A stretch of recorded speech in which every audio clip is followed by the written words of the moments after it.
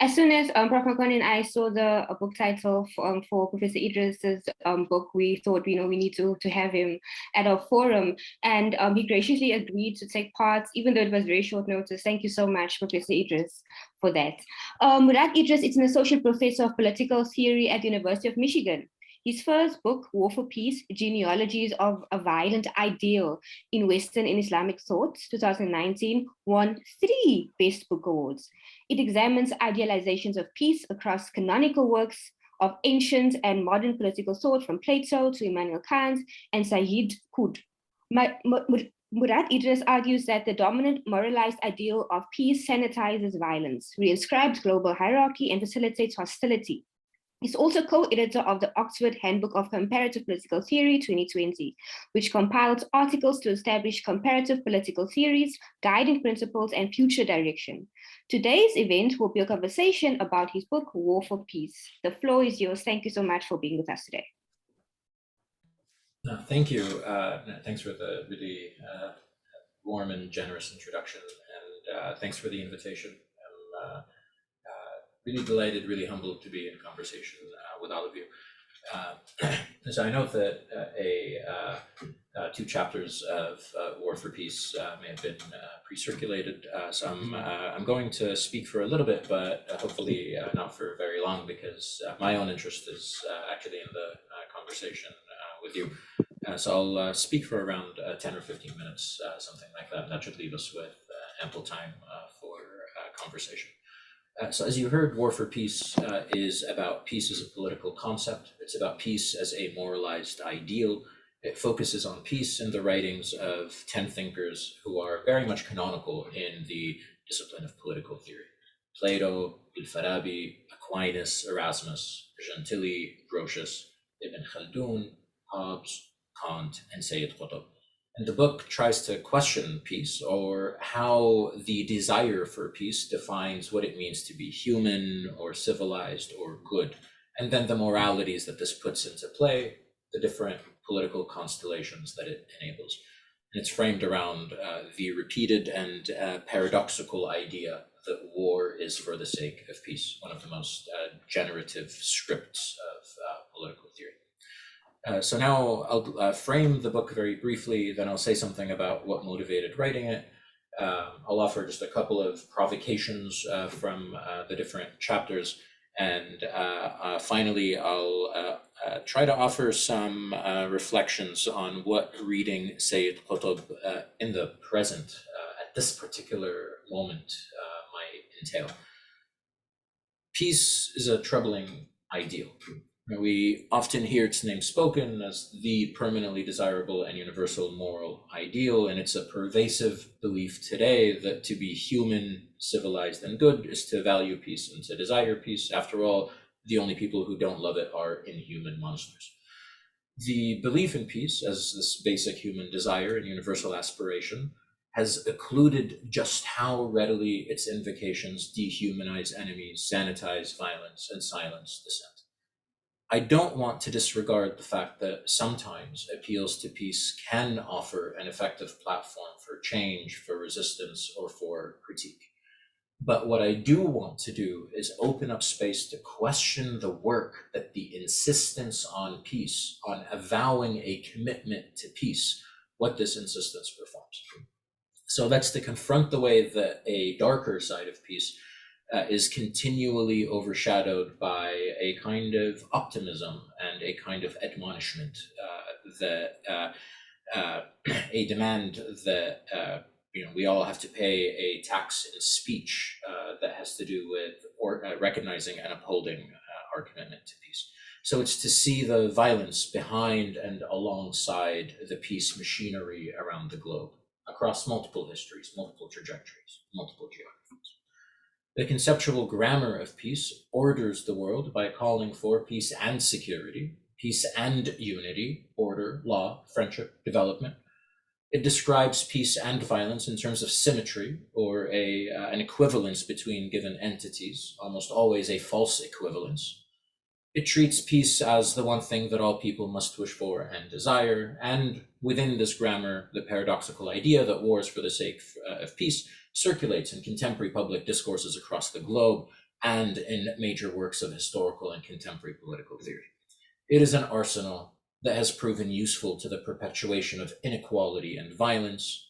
The grammar of peace has tended to deflect attention from structures of power. The book is an attempt at unmaking peace, or bringing into view rather than covering up what it is that makes peace so troubling. So at its barest, it's really an invitation to look more critically at those who claim to speak in the name of peace, at the ostensibly universal desire for peace, at the dominant grammar of peace, and so to see peace as a problem. At its most ambitious, it's a genealogy of the moralities that come to define peace. So rather than foregrounding problems for peace and how we might secure peace, I'm interested in the problem of peace, or the problems that peace deflects and the problems that it elides.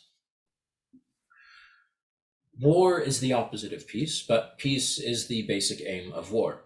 And sometimes war is presented as the only way to bring about peace. So this is the paradoxical idea of peace simultaneously opposing war, but at the same time authorizing it.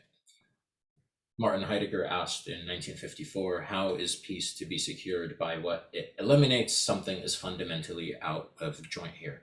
And he is joined, in fact, by a host of people who have similarly pointed to this paradox, from Carl Schmitt to Jean Elshtain, William Penn to Martin Luther King, Du Bois to Weber, Fanon to Edward Said, Plato to Sayyid Qutb. Here, I want to make three overarching arguments.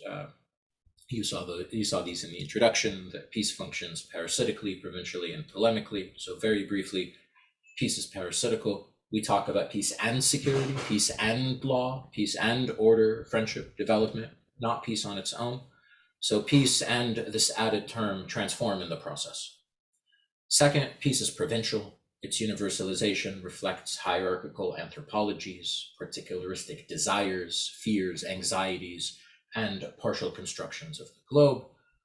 Finally, peace is polemical. Its idealization is the product of specific antagonisms whose moralities are often forgotten. And it is through this structure that peace goes on to enable hostility. The book traces a logic of peace that necessitates war and sanctions hierarchies within humanity through shifts within these three structures. And I'm happy to talk more about these arguments if the conversation takes us there. For now, very briefly, I want to say something about why I wrote the book. And the first reason has to do with political theory. Political theorists have tended to neglect peace as a political and historical concept. Second, alongside this neglect, peace is central to the vocabulary that structures local and global hierarchies of lives and their wars, both in public discourses and in the history of political thought. We have states, we have presidents who declare that their wars and their violence aim at peace, that peace is very hard but necessary, that democratic peace will lead the way. And that's, of course, to say nothing of the never-ending peace talk and peace talks. It's also an ideal that's often used in protests against these very things, though the state then usually responds by saying, well, you're not being peaceful enough. We could have stopped at calling this an essentially contested concept. So, go back to Augustine. It's not that anyone has shunned peace, but that each person seeks his own. But I think that this lets the idea of peace, its moralities, the demand for desiring it, and its histories completely off the hook.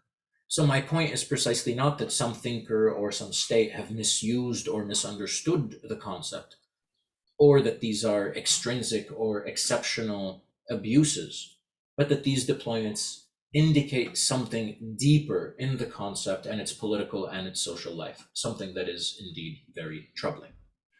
The third reason has to do with discourses about Islam and peace, which tend to take the form of either saying, hey, look, Islam has a notion of peace too, so a kind of pacifying liberal inclusion, or how can we have peace with Islam, whoever this we might be, so a kind of civilizational and culturalist frame that elides geopolitical and historical questions.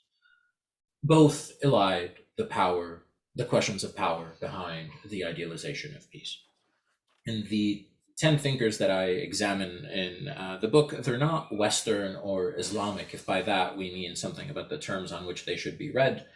The idea that these thinkers have to valorize peace or have equivalent notions of peace, it has a darker side. It cements the belief that these others would be a problem for not valuing peace properly.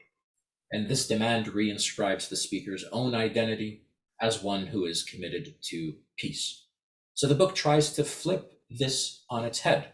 What moralities and interests drive the presumption that peace must appear as an ideal, be it for everyone or just for us or for them over there too? The polarization between war and peace nourishes a series of binaries. And different groups and different ways of carving up the globe, including the opposition between Islam and the West, they're grafted onto these binaries. And these are the oppositions between well-ordered peace and disordering violence, the peaceful and the warlike, just war and illegitimate aggression, peace lovers and peace haters, the lawful and the lawless, civilized peace and uncivilized war, productive war and purposeless war. These binaries, the peace that they make, the violence that they sanction, they frame the book's 7 chapters, and I think they continue to frame our present today.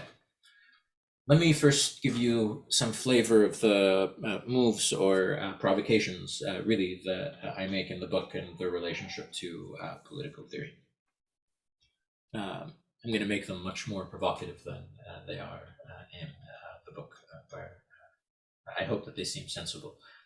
So instead of reading Plato's Laws as offering abstract argument or contextualizing it in Athens or in relation to some Western civilization and the history of democracy, I read Plato in terms of the aesthetics that structure the exclusions of the foreigner, the slave, and the sister, and in terms of the construction of the Persian, the empire, and the barbarian. Plato assembles the pieces for the polis that polices itself and polices its neighbors in the name of peace.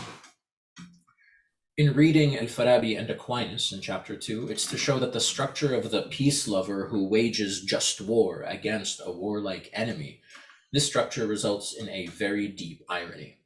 The peace lover and his enemy come to resemble each other. The difference is that one of them talks about peace. The moral economy of peace is embedded in a political economy of war. In chapter 3, I argue that Erasmus, our proto-pacifist, predicates his aspiration for peace on war with the Ottoman Empire and on the conversion of the Turk. And we have something very similar today in liberal secularism.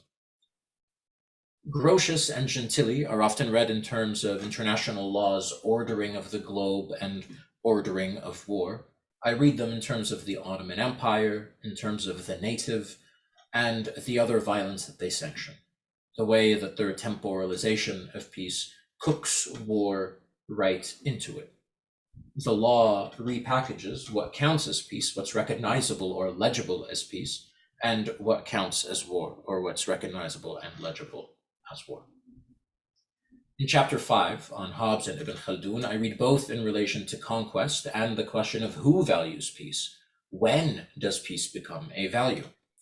Instead of reading Hobbes as the theorist of state sovereignty or contextualizing him in the Little English Civil War, Hobbes's theorization of the state is a theorization of settler colonial empire and necropolitical capital.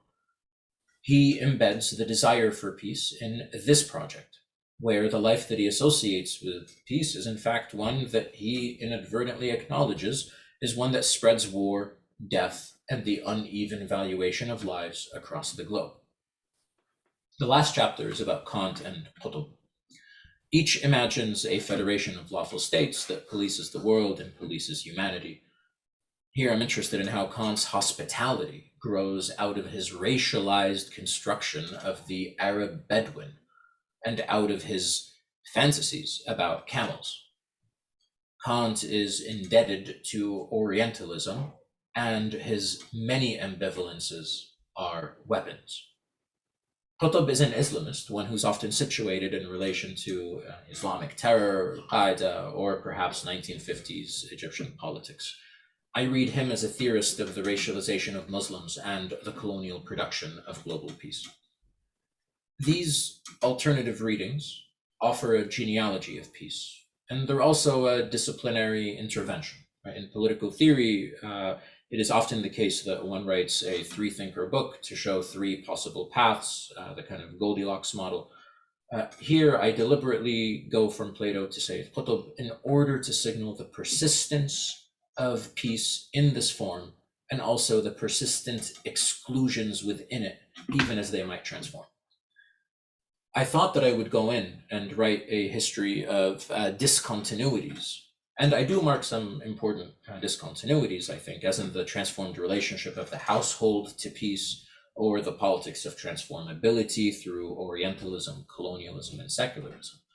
But just as remarkable for me is the continuity that remains, the continuity that frames how peace is this fragile condition, this insufficient ideal in need of help that we must all love, one that blurs into its opposite. So peace is not the solution, it's a problem. And what I try to offer is a genealogy of peace to move beyond peace. Let me now just take the last few minutes to say something about Sayyid Qutb in relation to anti-colonial or perhaps decolonial theory. And that in turn will bring us to our contemporary situation. In scholarly and popular discourses, Qutb has come to exemplify the religious fanatic. You can think of the phrase radical thinker.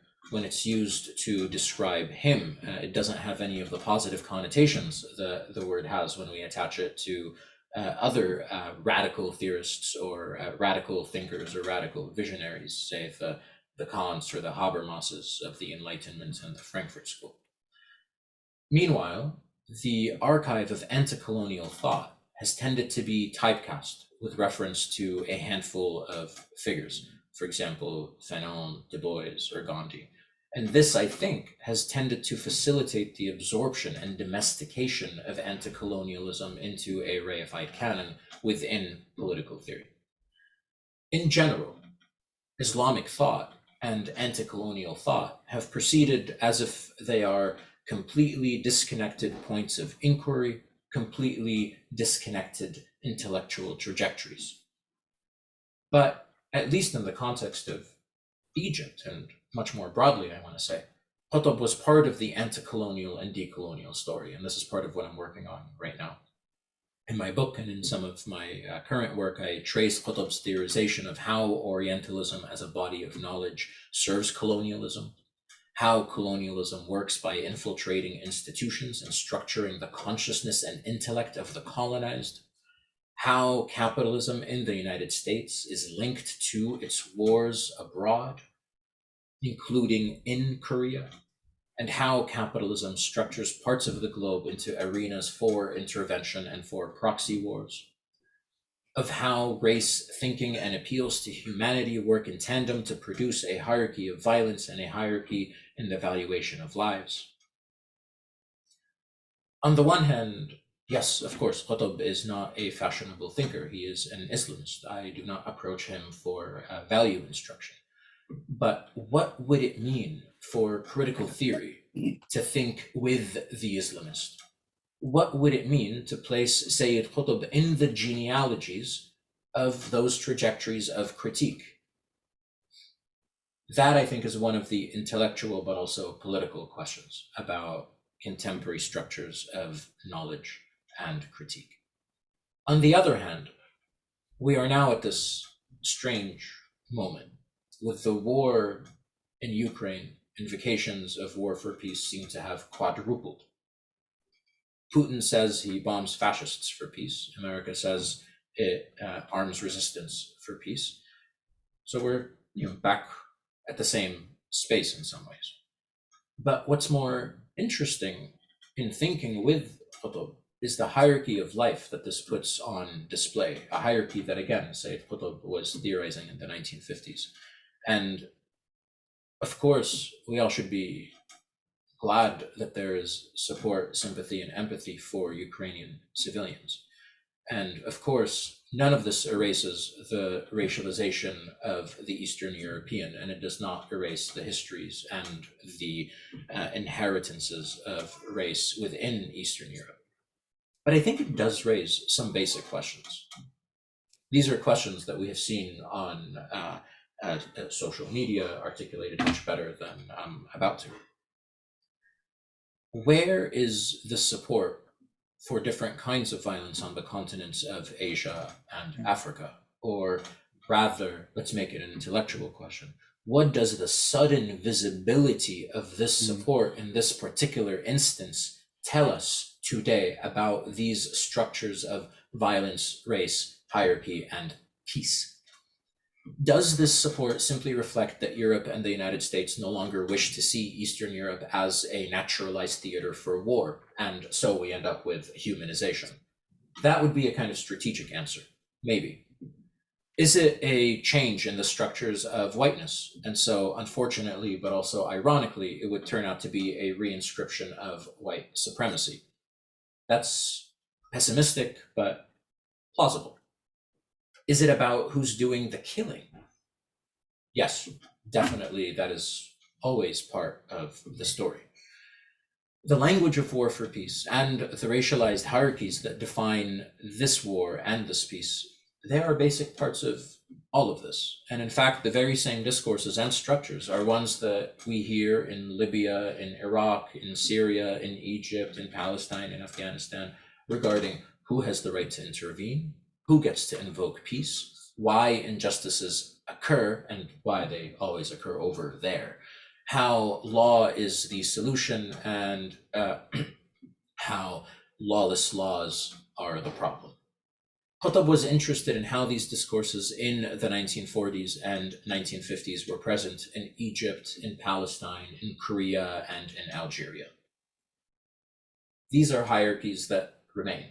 What is variable is the global outcry, the support, and the differential modes of humanization and dehumanization. So let me say again, by way of a conclusion, peace is not the solution. It is a problem. And that is why I tried to offer a genealogy of peace in order to move beyond peace. Thanks, and I'm looking forward to our conversation.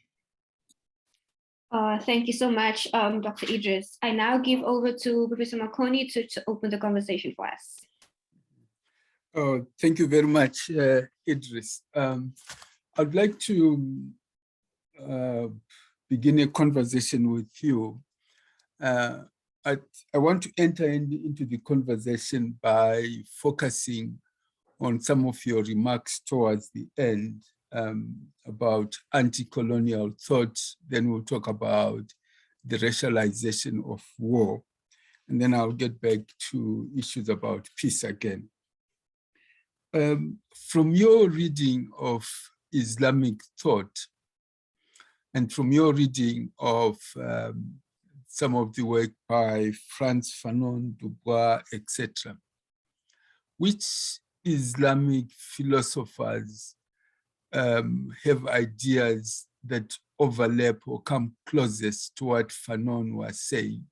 Because I hear you saying this. I hear you arguing that what anti-colonial or decolonial thought has done is it has, to some extent, excluded potential voices which dealt with colonialism, etc., from Islam. That the way we are framing anti-colonial thought by talking less about Fanon, Dubois, etc., is that it unintentionally makes anti-colonial thought Christian. Right, it overlooks the other Islamic dimension. So I'm sort of curious to know which Islamic philosophers come closest to Fanon and let's say Dubois and other people like that.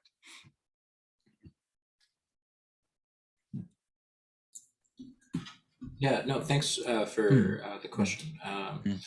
So the way that I want to think about this is it has to do with the process of canonization. Right? Yes, So yes. it's less the my sense is the vast majority of people who have written on any of the thinkers, figures, and activists who have now become canonized would oftentimes be critical of the very process of canonization. Of canonization, itself. yes, yes, yes. So part of what I'm interested in is those points of overlap, as you said. Yes. So Sayyid Qutb would be an example in thinking about the relationship between bodies of knowledge and colonialism. Here he would be a few decades before Edward Said, but oftentimes in some ways going beyond him, actually. You would also have Sayyid Qutb as someone who is theorizing, these questions of how different institutions come to be captured by colonial powers. And it's interesting that he oftentimes deploys a kind of Marxist or Leninist idiom as fully compatible with a kind of Islamist critique.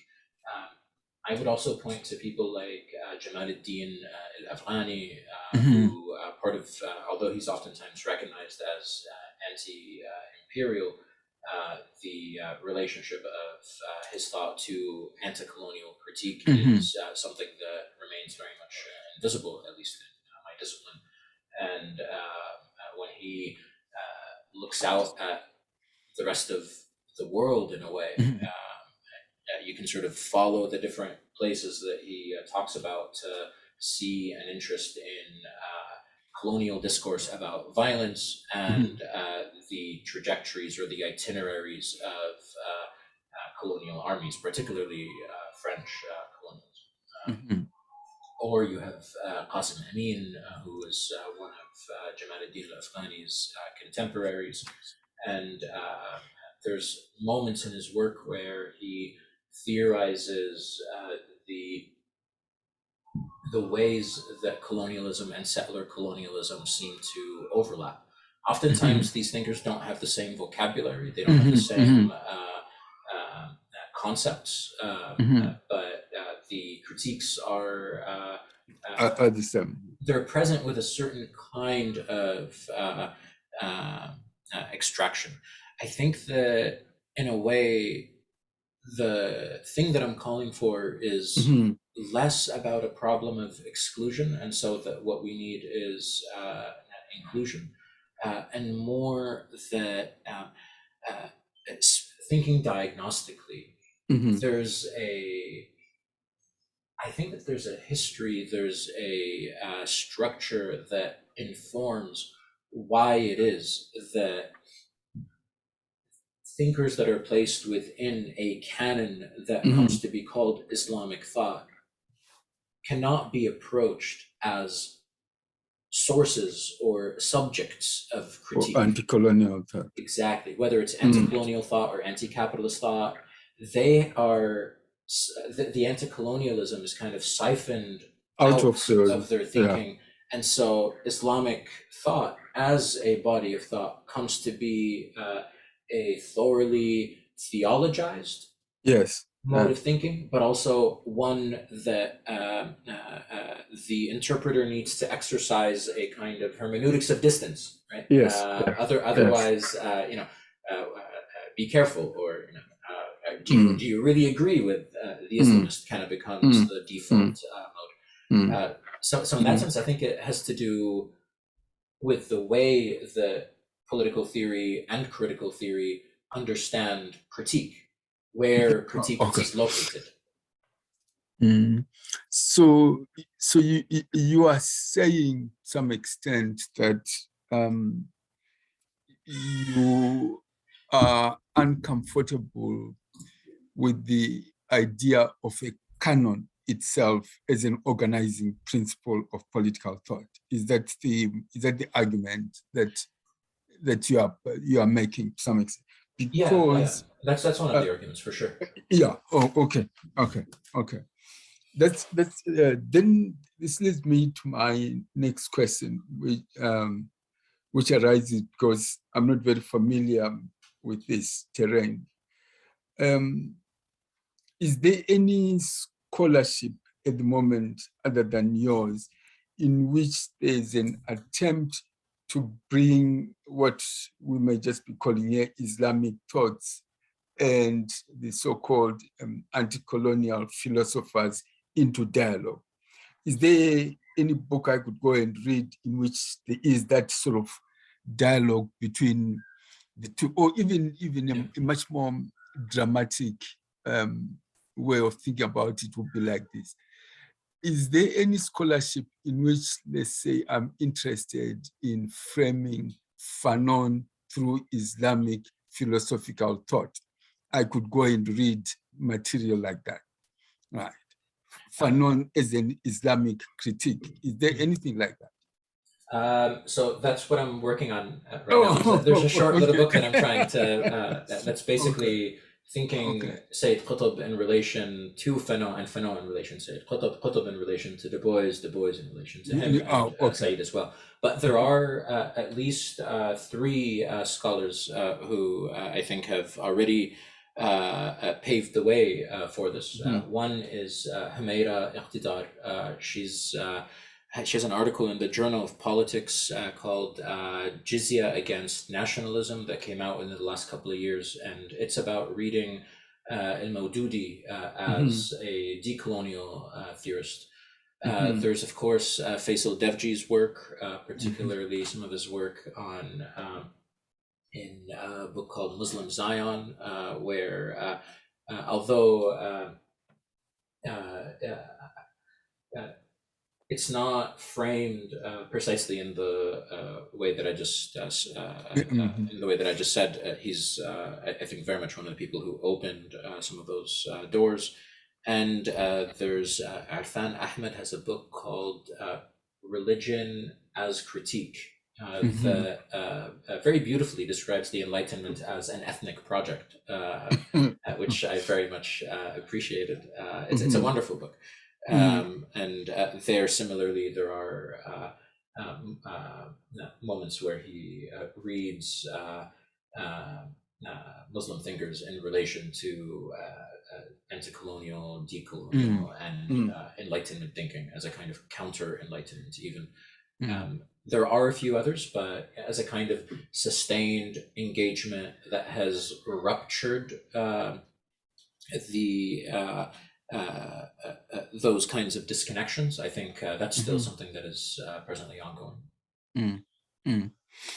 Okay, let me hand over to Chanel, because I think my colleagues like Ashraf and other political scientists like Kidani Mengistab, who works on peace and security in the Horn of Africa, may want to jump in. Kidani or Ashraf? Ashraf, you may want to talk about Islam, or Kidani, I may want to talk about how peace and securitization works in the Horn of Africa. Thank you very much, Murad. Interesting. I think when the name of Sayyid Qutb is mentioned, Muslim Brotherhood comes immediately into the mind, because he's one of the founding figures of this movement. I think we have to, first we need to raise the question is, how does Sayyid Qutb, the Islamist movement, generally Muslim Brotherhood, if you can abstract, how can they view the state? How Sayyid Qutb, how does he theorize the state, if he talked about the state? That's the question for me. The second thing is that it is an ideology. And I mean, it is an Islamist ideology, and in that sense, it has to be localized. I have an experience from Sudan, which is the only country that was dominated by the Muslim Brotherhood as a movement which overturned a democratic system. So the Muslim Brotherhood in the context of Sudan actually was a dear friend of totalitarianism. They destroyed the country with that Islamist ideology because they have any idea about the state. They did not theorize about the state, at least in the context of Sudan.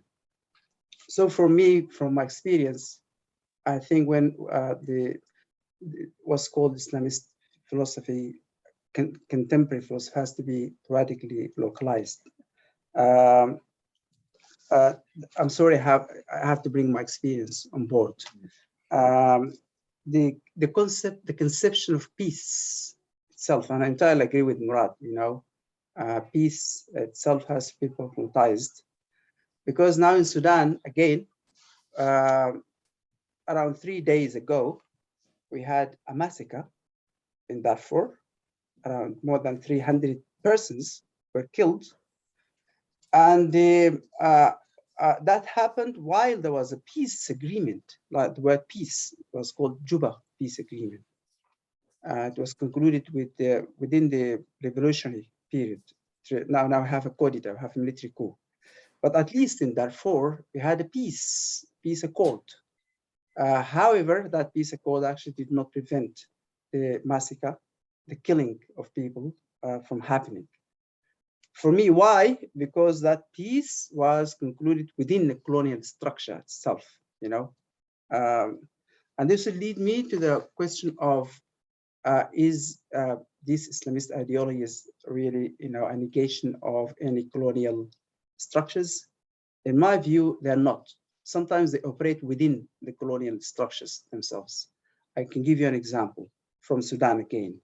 The Islamist movement there, the dominant Islamist ideology of Muslim Brotherhood, actually exploited the colonial structure or the colonial system, which was political system, which was established by the British in the beginning of the 20th century. Let me put it crudely. The power which declared Islam or Sharia and its companion, linguistic companion Arabic, as official policy were not the Muslim Brotherhood, it was the colonial system.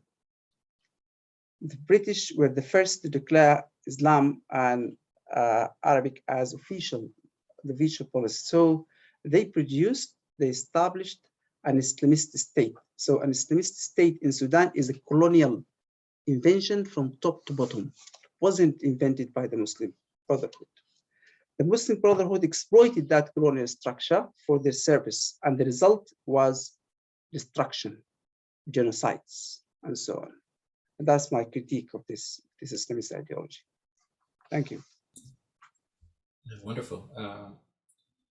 Thank you, Ashraf.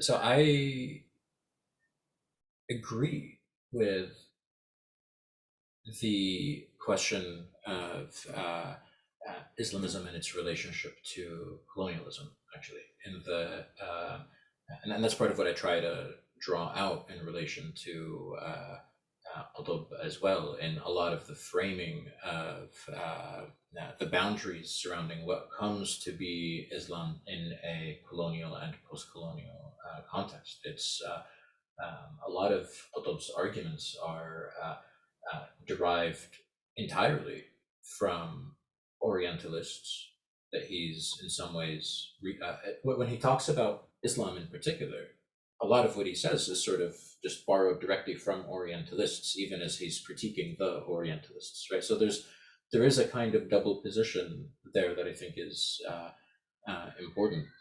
And similarly, one thing that I would add is that the part of what makes people like Sayyid Qutb, people like Maududi and some others really fascinating is that even before the post-colonial state had come about, they were offering a critique of the post-colonial state.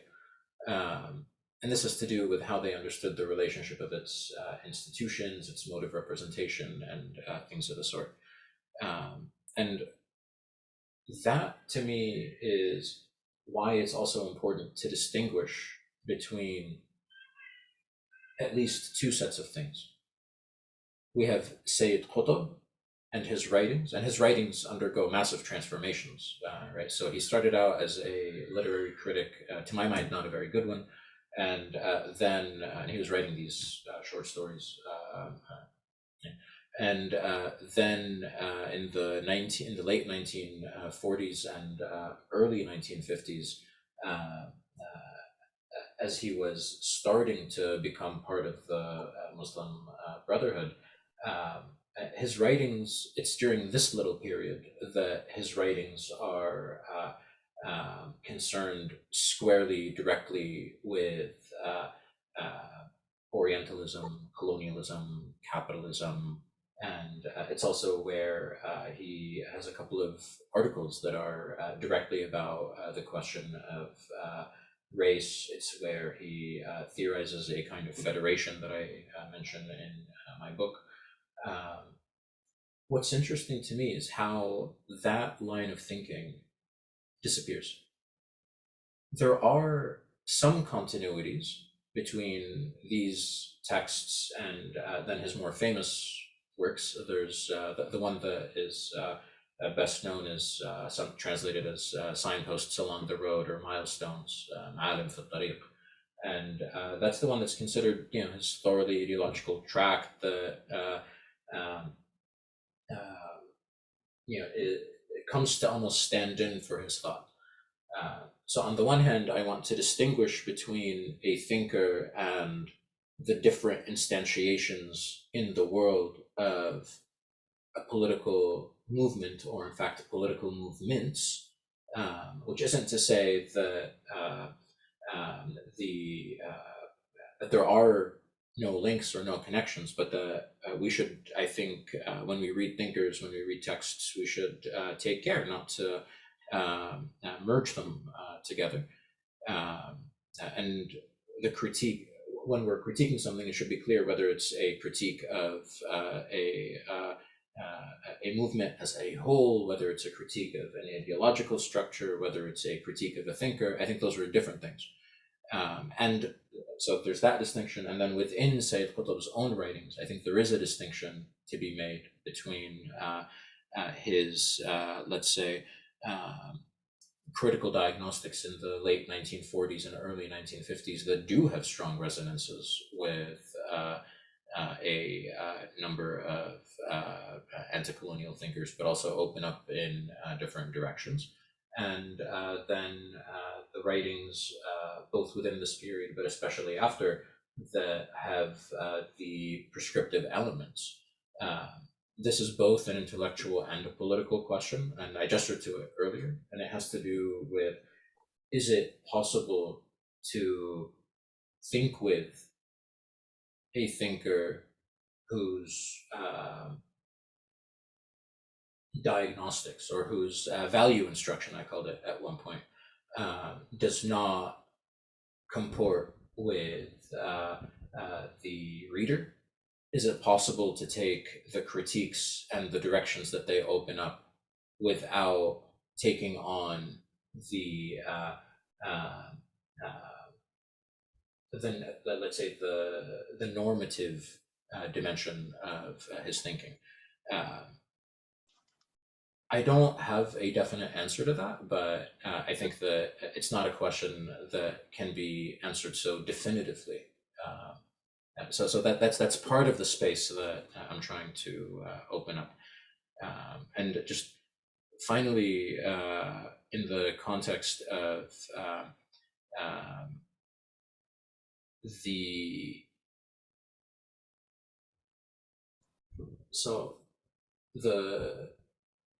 both religious and secular, liberal and conservative, right-wing and left-wing, anti-colonial, or let's say post-colonial movements took on the guise of the colonizers. And this is something that is widely recognized across multiple post-colonial contexts. Part of what's interesting to me about Qutb is that, at least in this one text called The Battle Between Islam and Capitalism, there are instances where he says, and that is the direction that we're headed in, right? Which isn't to say that he's, a visionary, or to say that his critiques are correct, but it is, I think, to suggest that there are multiple layers, historical, political, intellectual, that push against the direct linkages, especially when people like Qutb, people like Maududi, who I have my own critiques of, nonetheless seem to anticipate some of those critiques. And that, I think, is what I mean by thinking with.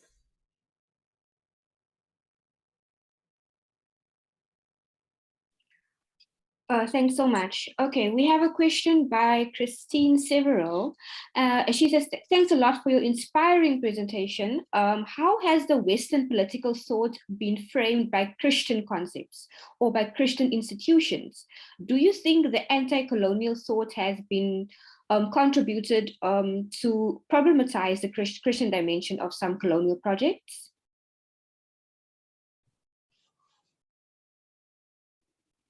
So let's see.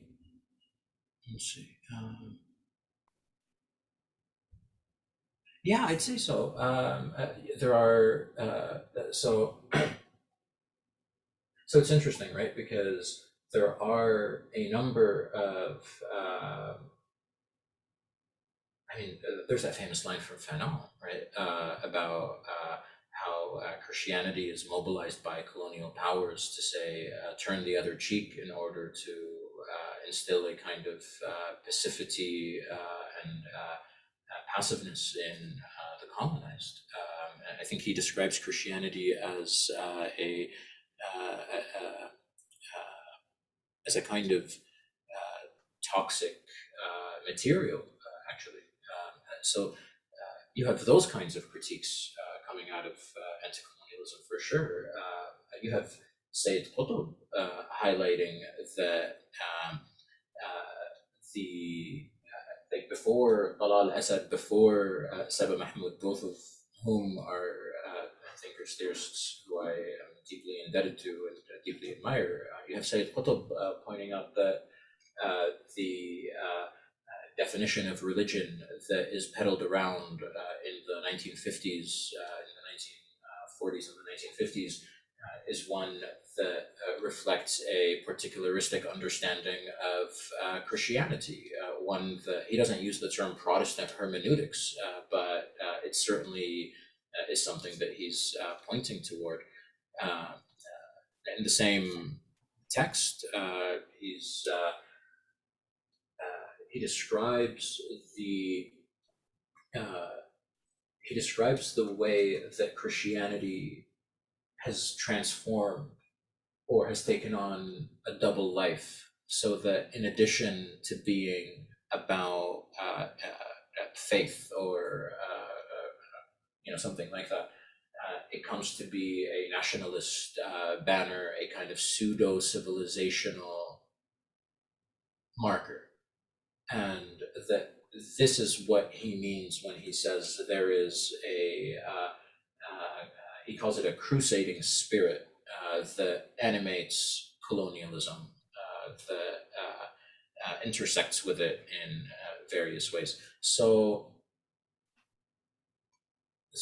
you've got those. Let me give you one last example. I'm conscious of time, but I think that there are some really fun ones, or some interesting ones. Jamal ad-Din al-Afghani, I mentioned earlier. So at the turn of the century, he has this one article in a journal that he was co-authoring, and the article starts out by saying, as we know, there are two religions that frame our present history. They are Christianity and they are Islam. Christianity, it's a religion of peace. It's a religion of deliverance. Turn the other cheek. Submit. Separate. Earthly power from religious power and all this. Christianity. Then you have Islam. Religion of violence, religion of domination, religion of conquest, spread by the sword. And then he starts narrating their history, and then he says, but wait a minute. What is going on? How is it that all these really interesting weapons, all these interesting cannons, all these new interesting guns were being developed by the children of the religion of peace, and we, the children of the religion of violence and war, are just getting screwed left and right? What is going on? So it kind of ends almost with him being like, Islam, the religion of violence, if only, right? A kind of call for a certain kind of militant anti-colonialism. And it's interesting because a lot of the weapons, by the way, that he mentions in that particular essay, that is very much about discourse, very much about representation, are weapons that his other articles end up tracing, where he's like, oh, look, the French just captured the following city in Vietnam, and some of what they captured were 200 batteries of the following kind of cannon. So that's where the materiality and the discursive structure surrounding a lot of these things really come together. I'll stop there. Thanks so much. I'll take a question from the chat box, and then I will get to Kidani. So this question is from myself. I didn't want to abuse my power as moderator, so I just put it in the chat box as well. I was just interested in what happens to this concept of peace when it is institutionalized through an institution like the United Nations, because that was one of the institutions that went through my mind as you spoke. So what happens when this concept of peace becomes institutionalized through an institution like the United Nations? That's an excellent question. It's an excellent question that I don't have a good answer to, because it's also a very big question. Although she does not write directly on peace, I think that the best account of this is by Adam Getatru. Her book, World Making After Empire, is just absolutely stellar as an account of self-determination, but also freedom, equality, a theory or a critique of the state, to take us back to that as well, and the kinds of hierarchies, let's say, that come to be institutionalized in the formalization or the institutionalization of peace. I guess this would be a way of saying reading those two books together would, I think, give us a different vantage point into these kinds of international self-proclaimed international organizations and their relationship to this. Thank you so much. We actually will be hosting Adam Getatru later in the year, so that's great. Beautiful. Yeah. Yeah. No, one of the most interesting thinkers of our time, I think. Absolutely. That's great. I will now hand over to Kidani. The floor is yours. At the level of the abstract, I think we can distinguish peace and war. In other words, we can identify what constitutes peace and what constitutes war, what are the indicators and so on.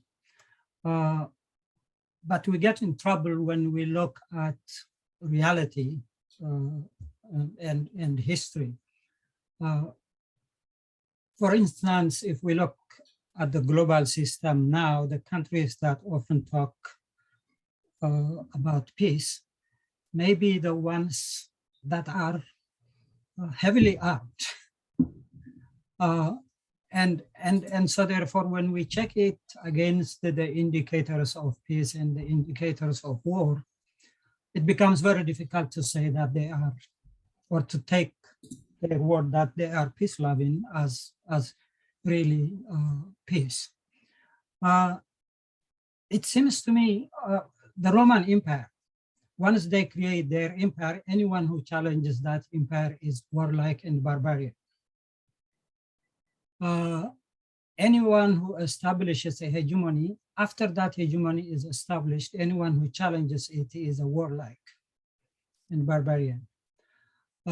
Even colonialism, after colonies were established, anyone who attempts to liberate the colony is a barbarian, warlike, terrorist, and so on and so on.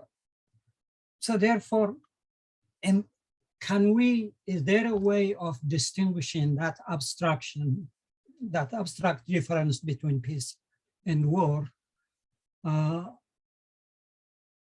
bring it to reality? In other words, how do I distinguish warlike countries from peaceful countries when they are equally armed and equally prepared, and oftentimes it may be one protecting hegemony and others challenging hegemony. So therefore, separating peace-loving and warlike is extremely difficult, because they are both the same. And I think he came to that conclusion, if I understood you correctly.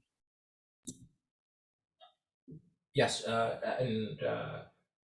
if I understood you correctly, we're 100% on the same page there. That I mean, in a way, those who speak in the name of peace are, as you said, heavily armed, and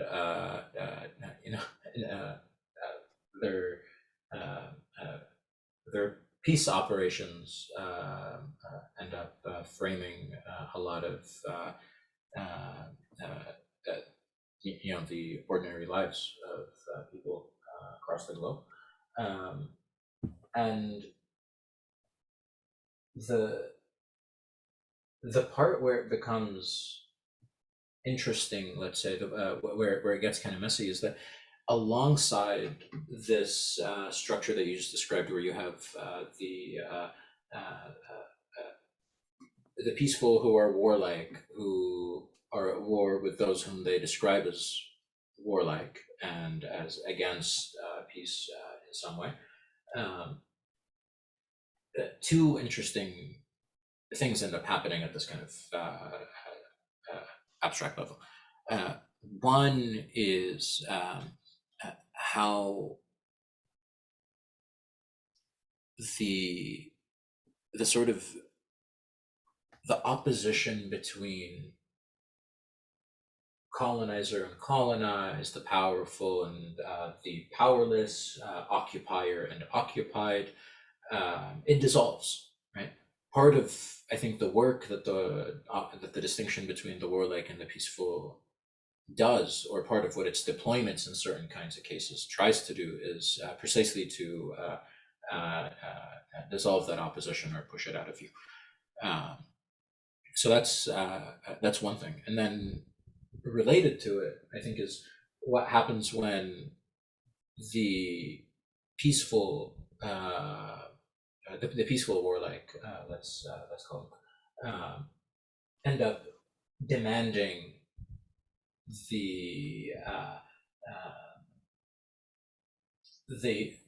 a commitment or an investment in peace, in nonviolence, in passivity, and things along those lines.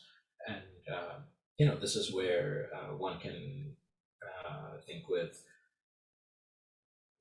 Du Bois and Fanon are sort of the two obvious ones for me, at least, about how it is that the demand for that kind of investment is precisely how structures of violence and structures of dehumanization and structures of decontextualization all come together, right? So that it becomes impossible to respond to do you value peace or not with well, you know, let's take a step back and look at the how it is that we got to where we got. You can't do that, right? Because it's, oh, okay, so you're hedging. That means that's what I'm interested in. That really perverse mobilization of the rhetoric and the language and the idea of peace as something that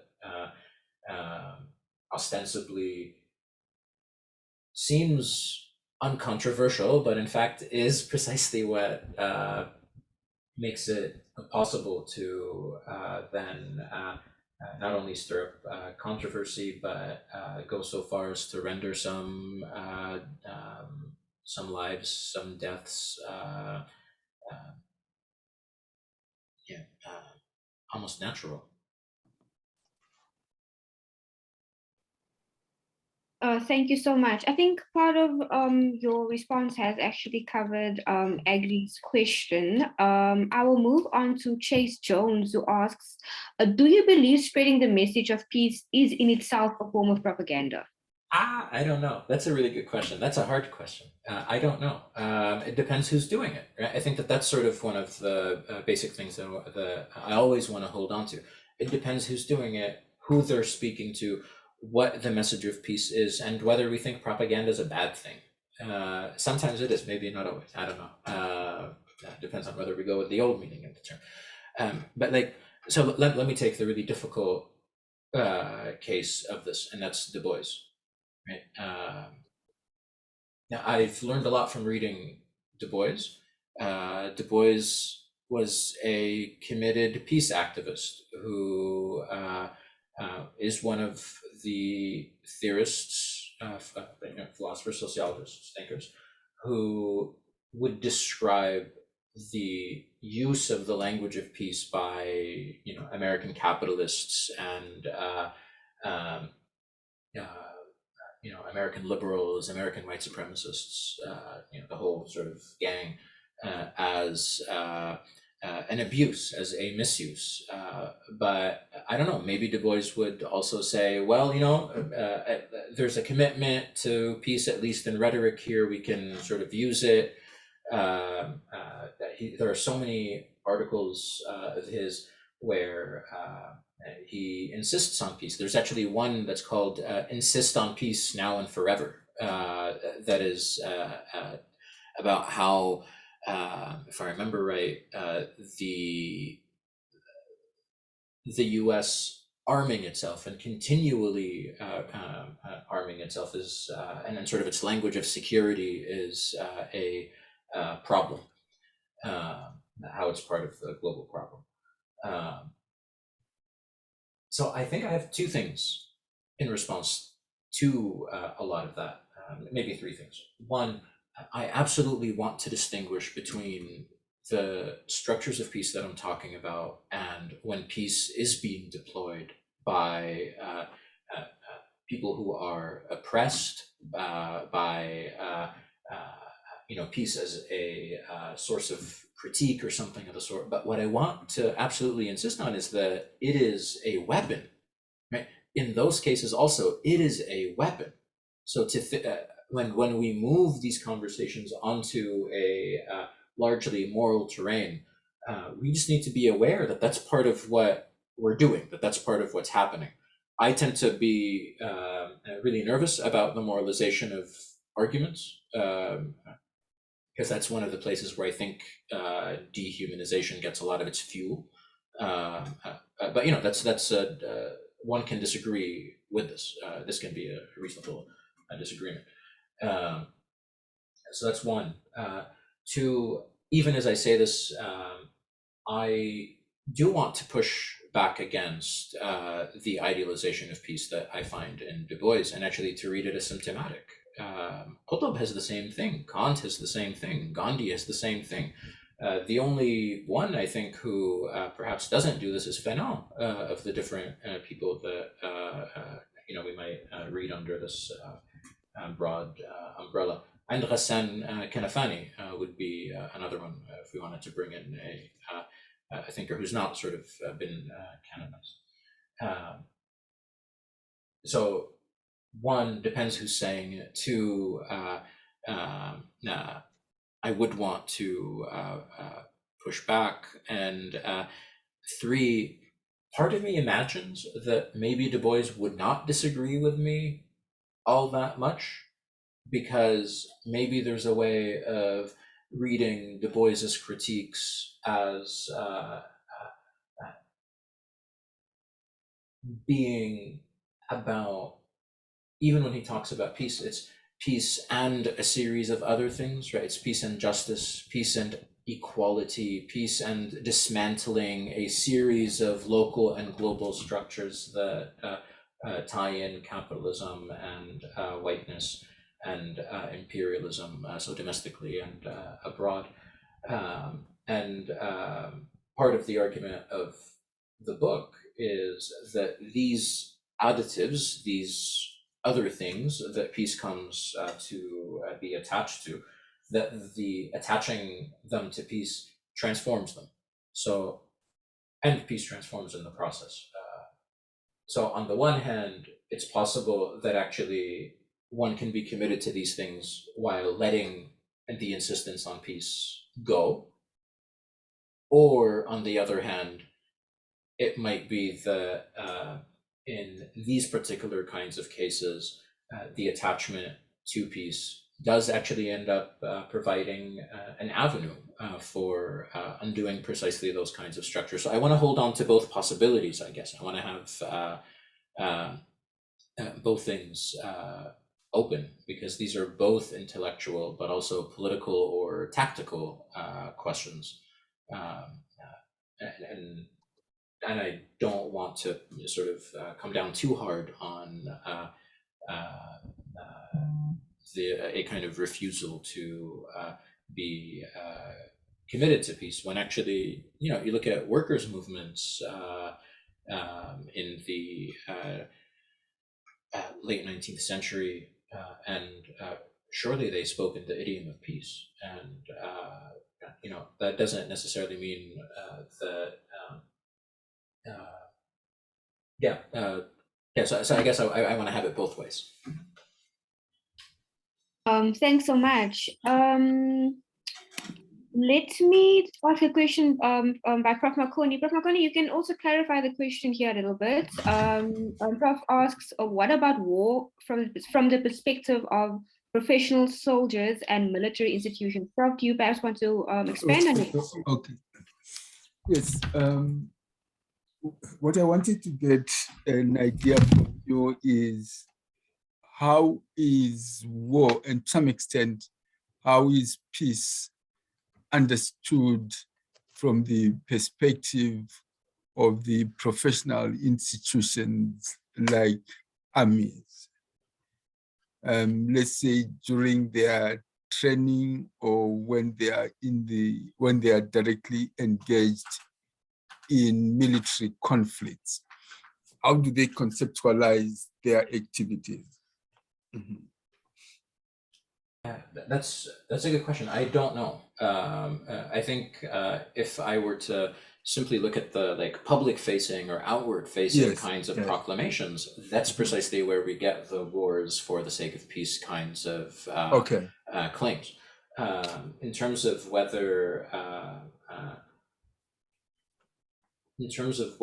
that is part of the training and the rhetoric within different military institutions and for soldiers, I think is an important question. It's an empirical question, at least in the context of the US and a lot of the disillusionment that American soldiers have after they go abroad and they come back. I would venture to guess that part of that disillusionment is precisely that they're told, you will be going to the following places in order to liberate, in order to save, in order to protect, in order to do X, Y, and Z. And then next thing you know, they come back and a lot of these 19, 20, 21, 22-year-olds, they're kids, right? A lot of these kids come back and they're traumatized. And part of that trauma, I think, is it has to do with this recognition, this realization that this was a war of aggression. At least in the context of some US wars, that's certainly the case. I'm curious what's going to happen, or whether it is already happening, with a lot of the young Russian soldiers who, at least based on some news reports, and a lot of this is sort of, who knows what is fact and what is fiction and propaganda at this point, but a lot of these soldiers seem to genuinely believe that they are going in order to kill Nazis and in order to liberate. And then, they go and they see a totally different picture.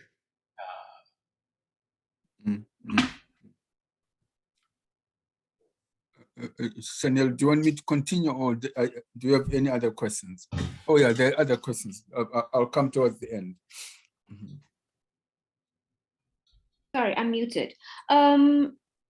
Chase Jones has another question. If the moralization of peace has become a weapon, then is it harmful to describe war on a moral level? Also, how should peace factor into our moral compass if it's continually upholding white supremacy? Yeah, again, great questions. Yeah, no, excellent. Thank you. So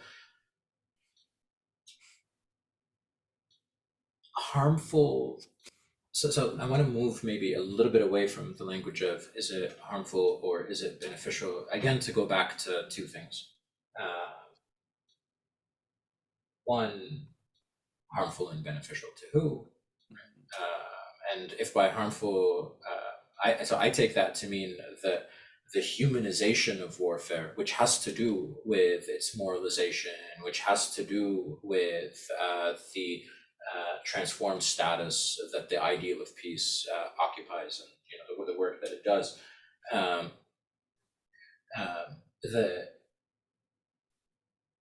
This provides novel or different justifications for all sorts of violence. And I'm thinking here of the brilliant work of A.L. Wiseman. I'll drop I should do a better job of dropping names in the chat. Sorry about that.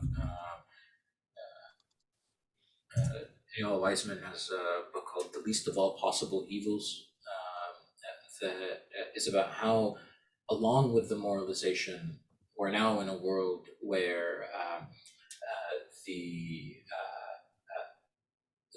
aim is to, he actually puts it beautifully. So he says, absolute evil is 666. We all know this, 666.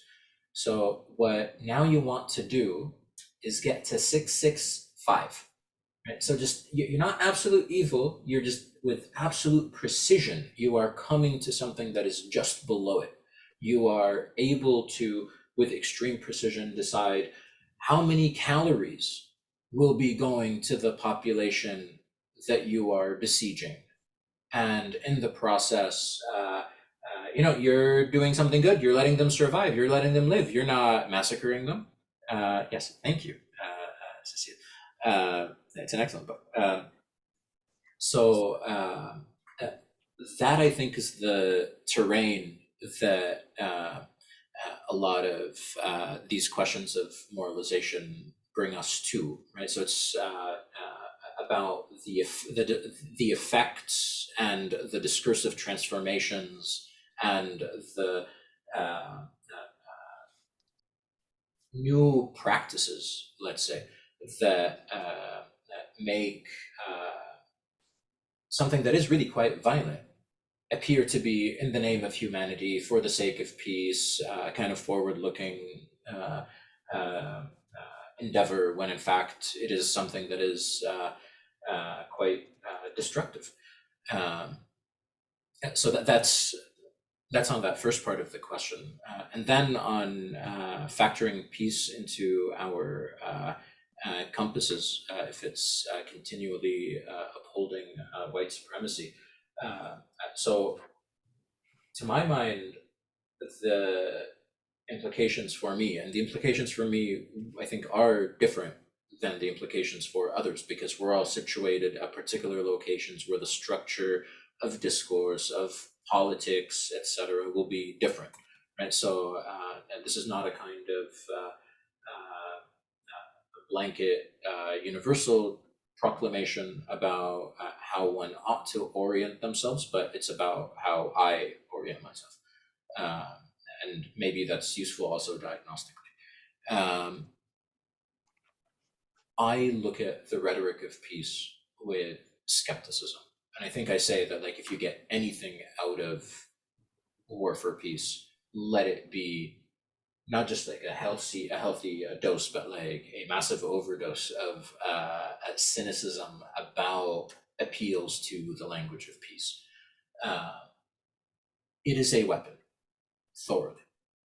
What I would say is, when we have people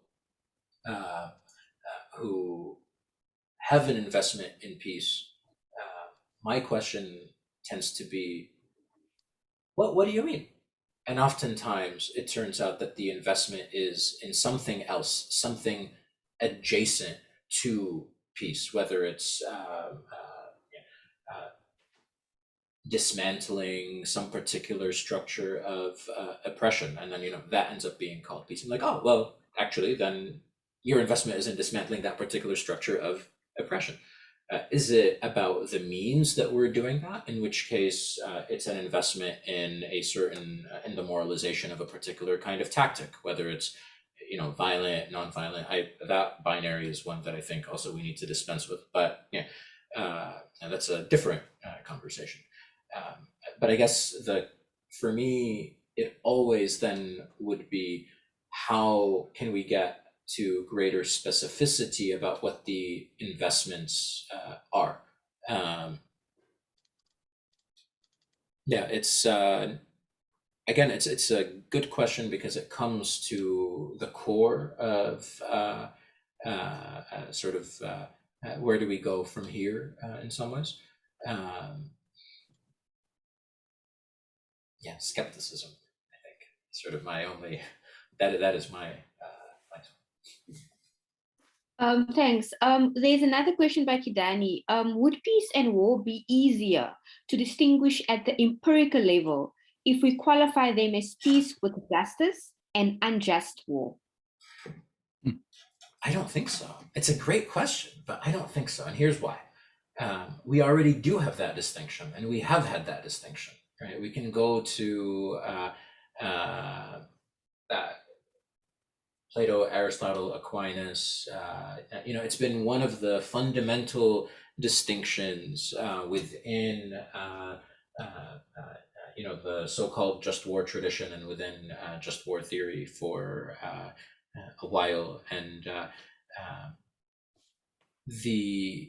there are two, at least. I don't know why today it's two. Some other days it's three, and so then I end up feeling more Christian. Some days it's just one, and today it's two. I don't know. There are at least two things that I think we would need to keep an eye on. One is the language of unjust and just war brings us back to who's deciding on the justice or injustice of the war, and who's allowed to wage a war, as opposed to something else that comes to be designated by another kind of violence. And those are, of course, political, contextual, and historical questions. Right? So that's one. And then to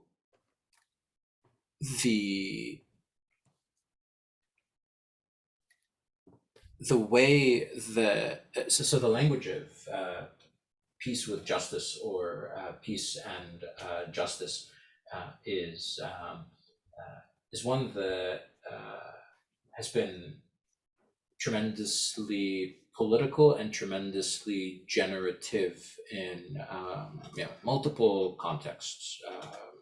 The US, Palestine, and everywhere else, pretty much.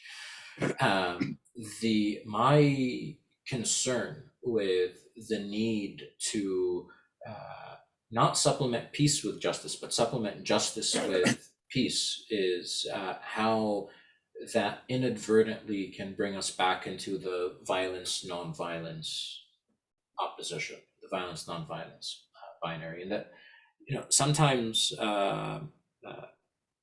justice requires dispensing with peace. It requires dispensing with a commitment to peace, and it requires dispensing with a desire for.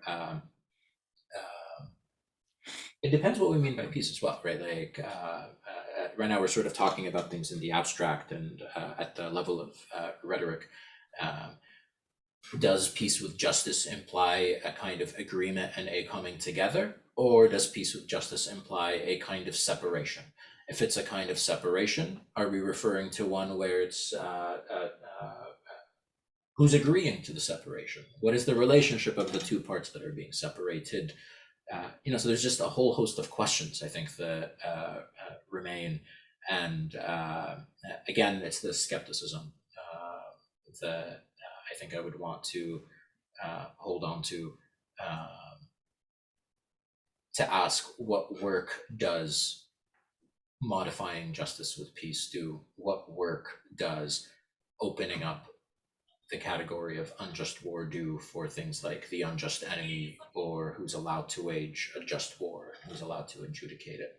It's just these have reverberations, massive reverberations that exceed, I think, our abilities to predict, to sort of neatly go forward and categorize or even put down particular rules. Because then, the rules always are going to be used because they are in the realm of the political. Thank you so much. I now give the floor to Desmond. Thanks, Idris, and everyone. I think that this has been very inspiring to listen to both your initial comments and the conversation so far. Now, I'd like to share what I think are still forming thoughts. So my apologies if these seem too inchoate to make sense. And there are a number of sort of tensions that maybe are pulling me in a number of directions. But the central of all of them is really this, the question of skepticism. I love that. I think it's difficult to understand the world the way it functions without having more than it's a strong dose of skepticism about our sense of reality.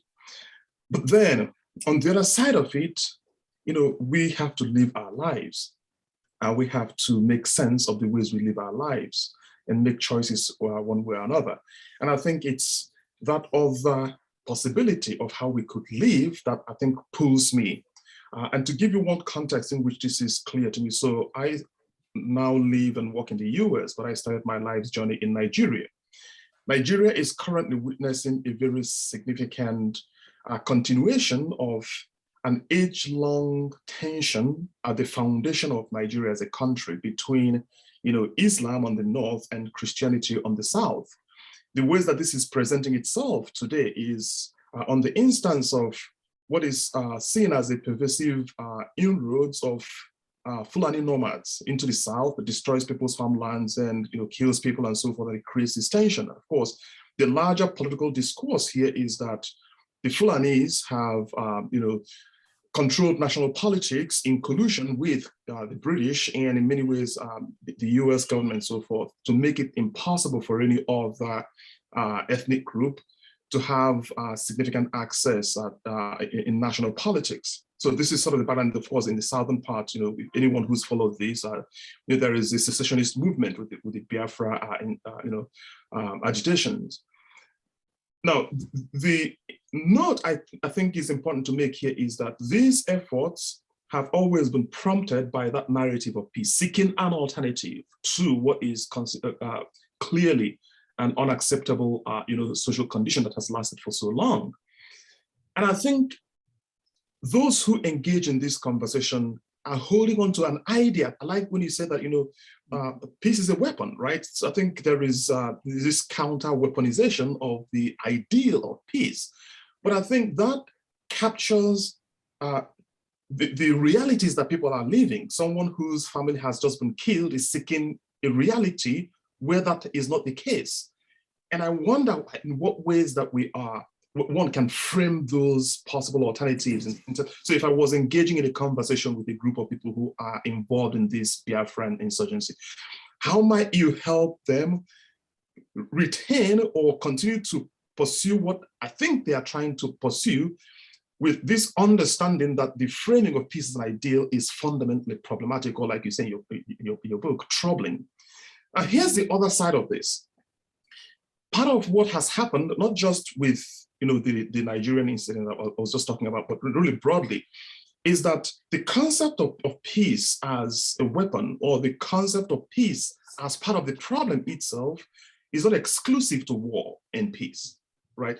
I think the system we live in currently has this, excuse my French here, this diabolical juxtaposition between reality and the narrative about that reality.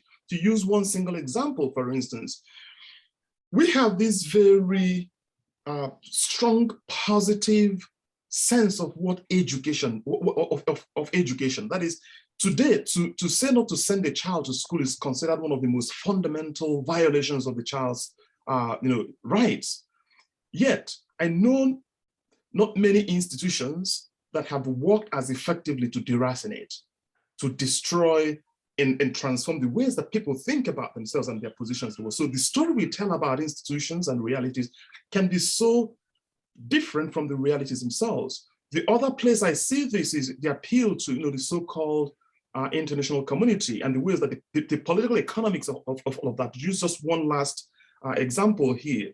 I think many of us might be familiar with the politics of protectionism, the ways that Western governments, sometimes through the operations of the World Bank and IMF, have tried to prevent other societies from intervening in their economies to help lift those economies.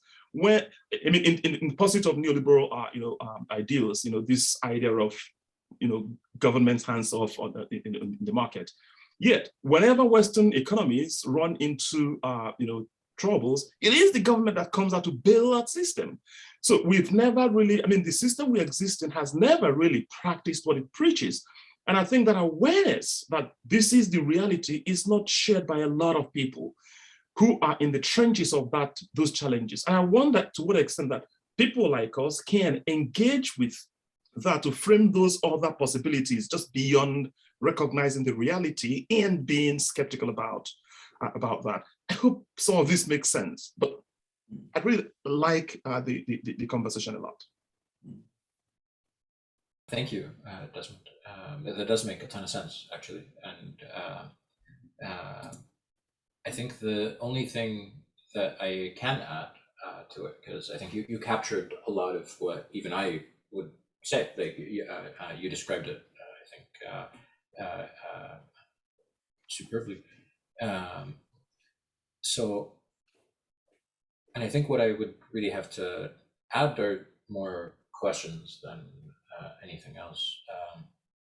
So you ended by noting that this is a system, this is a structure, an international order that does not practice what it preaches. Right?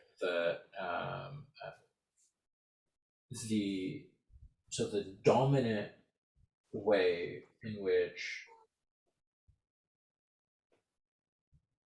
the critique has tended to proceed is by saying it's like a kind of imminent, almost shaming critique, right? Like it's practice what you preach. You talk about this, do it, right? It's about like accountability or holding people's feet to the fire or reminding people of what their commitments are, something like that. And I think what I have been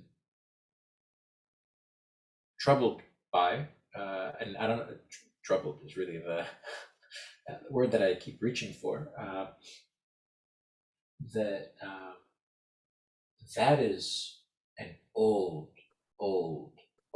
tactic, and an old response that does not seem to have much bite.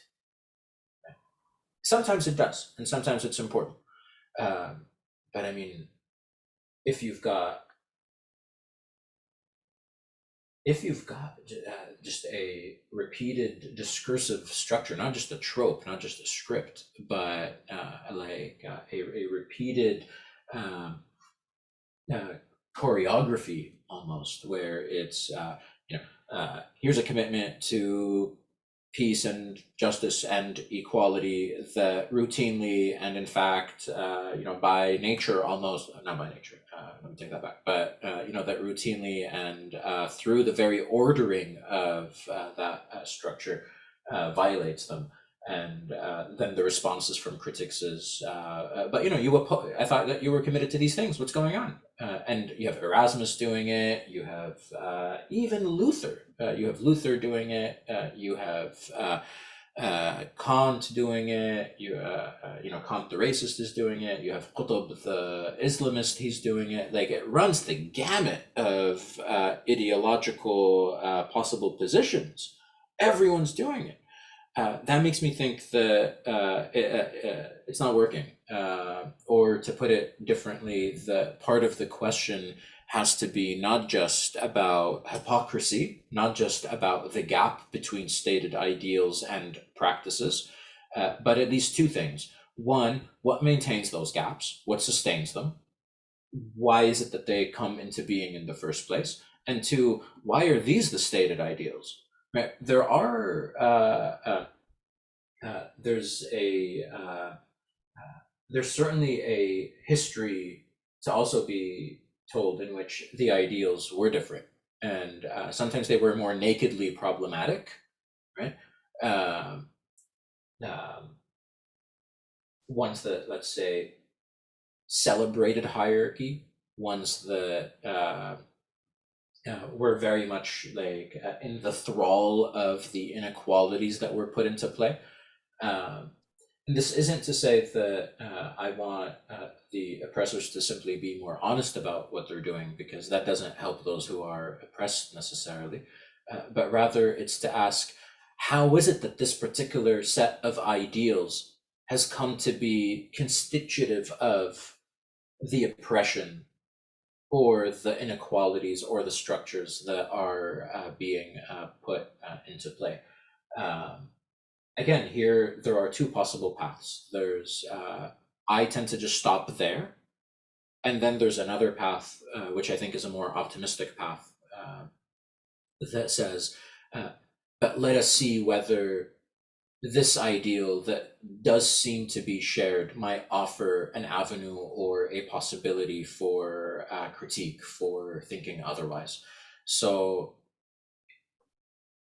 although I don't have a good answer to the question of how does this skepticism, how can we harness the skepticism, how can we use the skepticism, or even how can we propagandize a kind of skepticism towards these kinds of ideals, although I don't have a good answer to that, I think that those are the two possible ways one would respond, either by saying you are committed to peace, but your commitment to peace, or to whatever the motivating idea or ideal there is, you need to look at it more skeptically, because it has the following lineage, it has the following history, it is doing the following sets of things, and these things are going unacknowledged, and in fact are subverting, undoing, and destroying the very things that you claim to be acting in the name of. You are killing your idols, right? Or your idol is killing your other idols, might be another way.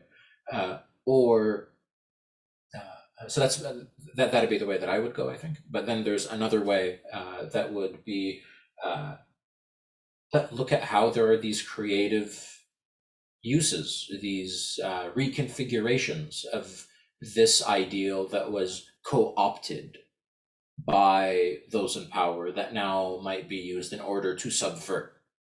Right? Those, I think, are the two options before us. Okay, can I jump in, please? Yes, I think, Murad, I like your point about, or even your care, which exercised, because I noticed that you try to situate every question. And if I bring on board or use Desmond's point with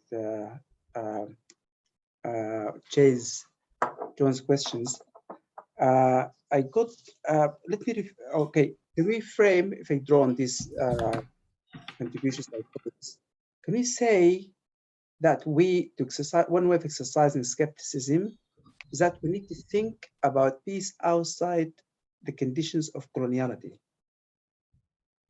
Because for me now, the problem is that we think about peace within conditions of coloniality. And that's why we always have war as a result of this peace. See the point? So what does peace look like if it's rethought outside of the conditions of coloniality? I think that's the question for me. What do you think? That's a great question. So, I mean, it's interesting to me because my experience of, and I should actually just add one small thing. I think experience absolutely, definitely, always must have a place in political and theoretical discourse. So we're just going back to something that you had said in the very beginning, Ashraf. But in terms of my own experience, it's the, and maybe this is what you mean, tell me if I'm misunderstanding.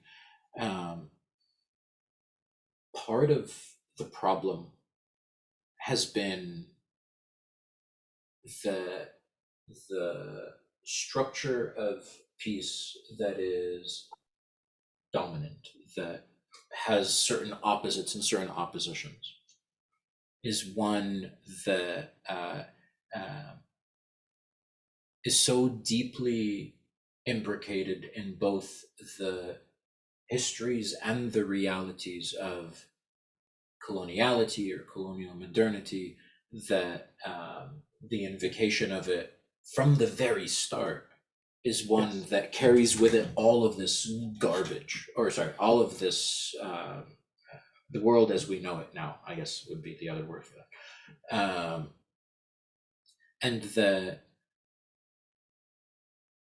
Yes, I'm on board with that. I think part of what's fascinating to me is the extent to which that's not acknowledged, right? That in fact, people say, the problem, like if you tell somebody in political theory, there's the following kind of, problematic relation or a history of colonialism or something, they'll preach to you about the values and virtues and necessity of upholding peace with justice, or of the need to come to a peaceful something or other, right? And I think that this has happened to me, where in talking to colleagues even about the project, the responses, but why won't you give peace a chance, right? And I'm like, what? So that's all to say, alongside that that enmeshing of peace with coloniality, there's also a refusal to acknowledge that enmeshment. There's so we end up with people thinking of peace apparently outside conditions of coloniality, right, or as against conditions of coloniality, but nonetheless it is very much implicated and imbricated in colonial relations and colonial structures. Here we're at the same problem, I think, that I believe it was Desmond's question brought us to. And it's, does saying here is the reality, and you need to acknowledge it, or you need to accept it, you need to confront it, does that end up undoing, dismantling, or changing something? Maybe. That's an empirical question. In my own experience, it's been the case that unmasking or revealing or showing has limited effect, let's say. It ends up just being like either, oh yeah, we knew that the concept is problematic, or that the ideal is messy, or these other possible ways of talking about it.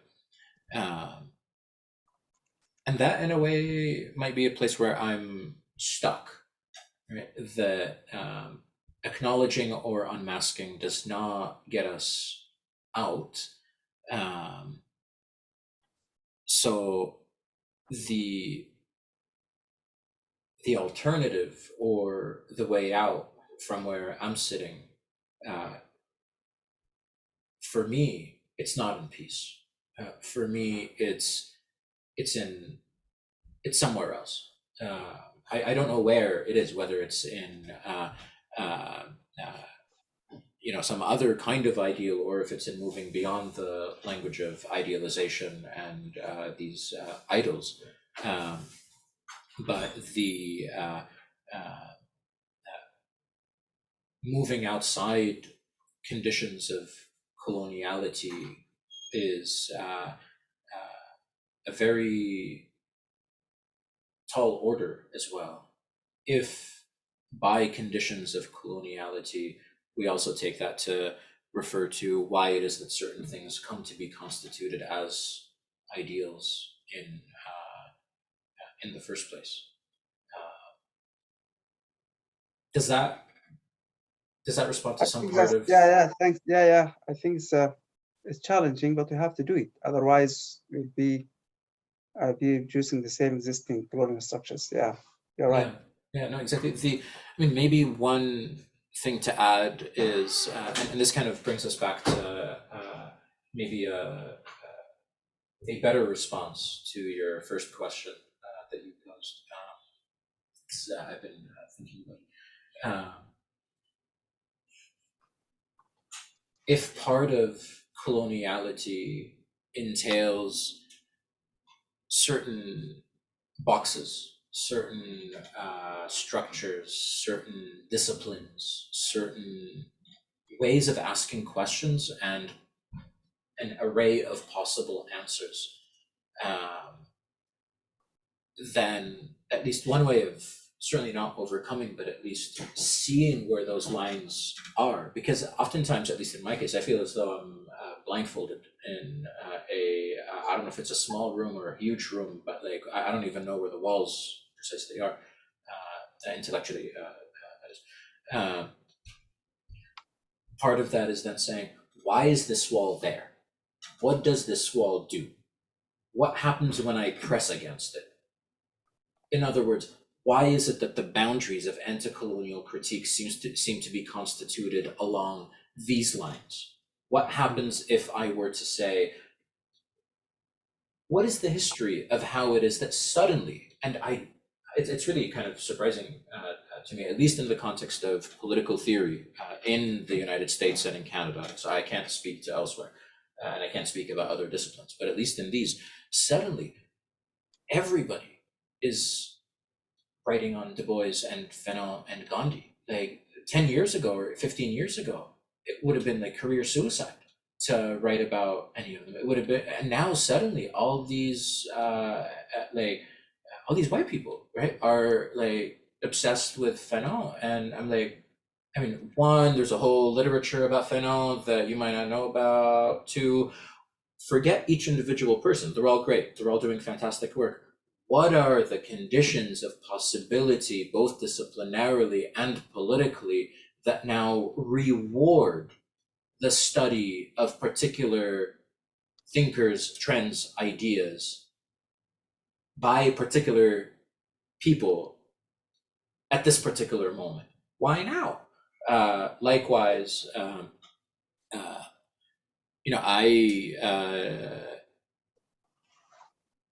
know that there are other figures, other theorists, other ideas where the person studying them has to cultivate a certain habitus in response to them, whether it's about skepticism or something of the sort. And these aren't the walls as a whole, but they certainly are bricks within them. Right. So then part of the question, for me at least, is what happens when I put my hand on this brick?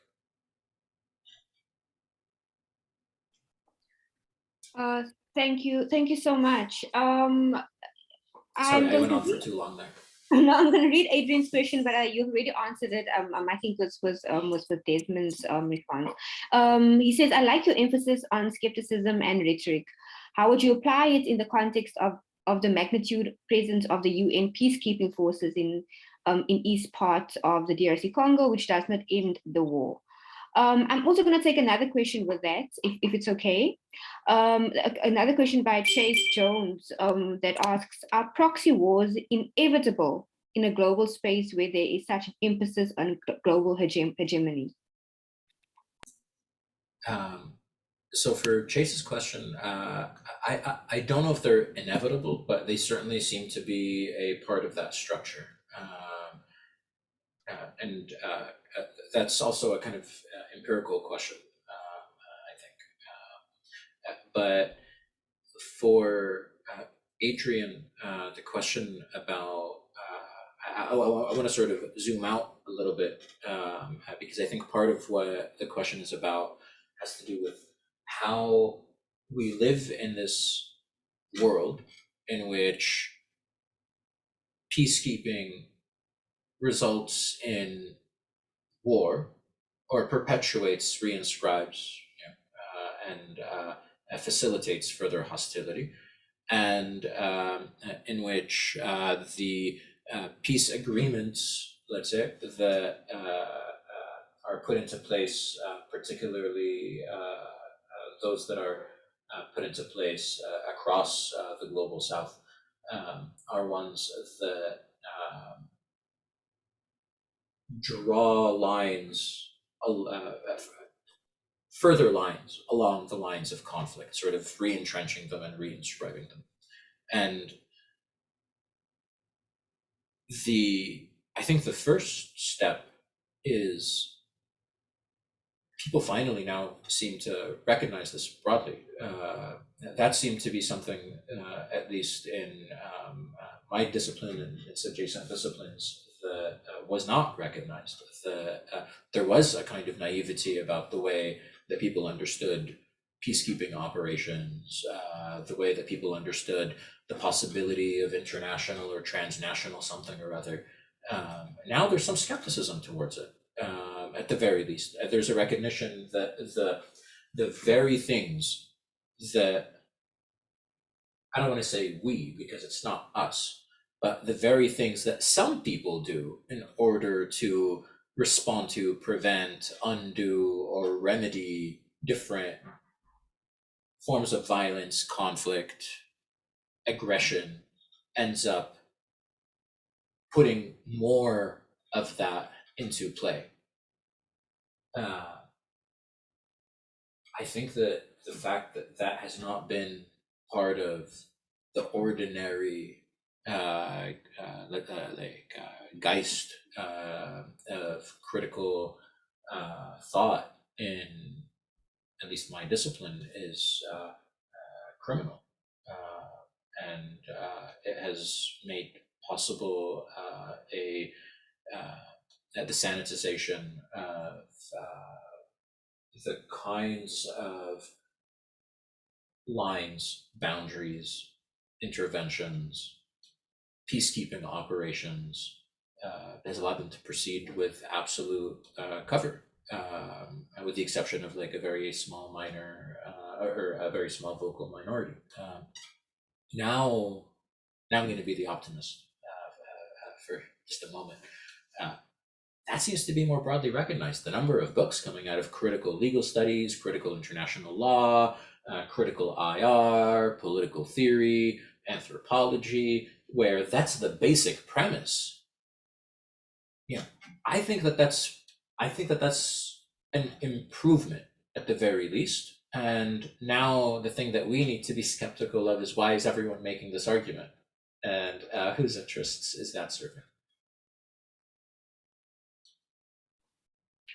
I have a question by Desmond, who says, how do you even begin to conceptualize the possibilities of peace outside of coloniality, from within coloniality, considering that it is the operational logic of coloniality to colonize all it touches, including the very possibility of this outside or beyond coloniality?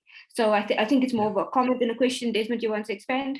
I think Anissa had a hand up. I would rather that she just goes ahead. This was just, trying to throw in a thought into your earlier comments. If there's anything else to say, that's fine. But I think Anissa might have more important things. Thanks, Desmond. Anissa, please go ahead. Sorry, I missed your hand. Right. First of all, thank you very much indeed, Murad, for this extremely stimulating conversation that you've brought about. It's just taken my mind to all kinds of things. First of all, whose peace, whose justice? And I think that we have a very good opportunity at the moment, because we talk about the global north and south, but at the moment, the whole world is suffering from dominance. We've got people where there's one person with more wealth than anybody else and all that kind of thing. So as long as there's economic dominance and power, there will be injustice. A lot more is being invested into war than into peace. And we don't even know how to go about peace. Now, what Murad is doing, I think that is the beginnings of bringing peace to the surface. We can build bridges by looking into peace. Now, we're talking about religions, and I think anyone who's in power can nominate another religion to be a villain, for example. Like Buddhism is supposed to be one of the most peaceful religions, and everyone recognizes it universally. But if you look at the story of Myanmar, what's happening there? So I think religions are often used, when you read St. Francis of Assisi, you read Ibn Arabi, they're equally peaceful. Every religion has peaceful people. And I think we need to unite in the world today against the dominant, not against, but we've got to understand that there's an opportunity that everyone feels dominated at the moment. So the more we bring these topics up peacefully and bring about more understanding in the world as to what is going on. A lot of people are bewildered. Someone wrote and said, how do we bring about this understanding of Islamophobia? When people don't understand, they're in fear and they're more easily dominated. So I think it's a time, and places like the Global Forum, we can all talk about it. Let's have more understanding. We talk about colonization, but the whole world is colonized at the moment by people who have power. And we have people with nuclear powers telling other people you cannot have nuclear capabilities. So there's all this injustice, but who decides what is peace and what is war? Who decides when to wage war? It's this power that the few hold or the many hold. So thank you very much, because I've got a lot of questions in my head at the moment that I need to go and think about. And this was the most stimulating conversation. Thank you, Anissa. I really appreciate that, and I very much appreciate your reflections on this as well. I wanted to pick up on a couple of things, if that's okay. I 100% am on board. I'm with you. Decolonization also means decolonizing Europe, right? So yes. one thing that I want to draw out as well, it's this, the genealogy of religions of peace and peaceful religions.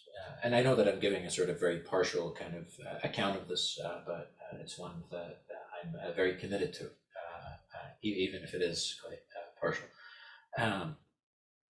So the way that part of my skepticism toward the idea, the ideal, and the rhetoric of peace actually comes from or goes to this notion of a religion of peace. And it has to do with how in the 19th century, there was just one religion of peace. Right? And of course, the religion of peace was Christianity, and that was the name that Christianity, or certain Christians, usually racist Christians, gave to the religion. Right? It was the religion of peace, and it was the religion of reason, and all the others were something else. There's a weird coincidence, which is not a coincidence. At the moment at which Europe started seeing itself as Europe and stopped seeing itself as Christendom, or at least it became Europe hyphen Judeo-Christian, or just Christendom, it became the case that now all religions had to be religions of peace. Not just that all religions are religions of peace, but that it became a demand, right? So Islam went from being the religion of violence, the religion of war spread by the sword, to it's a religion of peace too. Buddhism became a religion of peace. Hinduism became a religion of peace. Judaism became, we're all religions of peace now. And except that Europe could, and the US could say, oh, but now we're secular. Right, so that I think was part of why it is that the language of religions of peace came to be generalized and universalized precisely at the moment at which a certain kind of liberal secular universalism was kicked into gear that was about keeping a certain hierarchy in place. So this isn't to say that there are certainly 100% for sure people that might have different beliefs, different faiths, might subscribe to different religions, who are absolutely not interested in dominating other people or in fighting with other people, or in fact might even be very committed to solidarity with other people. But that's where part of me wants to resist using the idiom of peace and the idea of religions of peace, because I do think that it has this longer genealogy related to this, and then I'll be quiet for a second. Related to this, bridges. I'm not against bridges. I seem like someone who's really against everything now, I'm sorry, but I'm not against bridges. But bridges are both materially and rhetorically, armies cross bridges. It is not just about understanding. Armies also cross bridges. So I'm skeptical of bridges as well. Not against them, but who's crossing them? Who's building them? A bridge from what to what? For who? By who? Right. So we're asking many of the same questions, I think, regarding who decides what is a war, things of the sort. And I think I said earlier, for the richest man in the world, I think we just take it all and split it equally. Right? Yeah, let's do it. Yes, the one little thing, when the people who have the power, like for example in Uganda, in the Christian church, I mean, gender equality is just not accepted. I mean, like, the treatment of gay people, and that is not looked upon. But if the same thing happened in an Islamic country. Like there's a lot of question about in Qatar, you know, should the football game go on there because of this? So I think it's all to do with power, and we have to look at how do we go about having a world where there is so much inequality. I think justice is very difficult to come by if there is so much inequality. So the problem here is the inequality. Yes, no, I think that we're in agreement. And thanks also for framing it in that way. I think that the question that we have been, or let's say what does skepticism mean? Exactly what you, Anissa, just said, and it's looking at the different configurations, modalities, and forms of power, right? It has to, any analysis has to start from that point, or it is not an analysis, it's something else. Right? So I think that we're 100% in agreement there. One quick question. Rumi is the most read poet in the United States. Where does it go? Because he's all about love and peace. Yeah, it's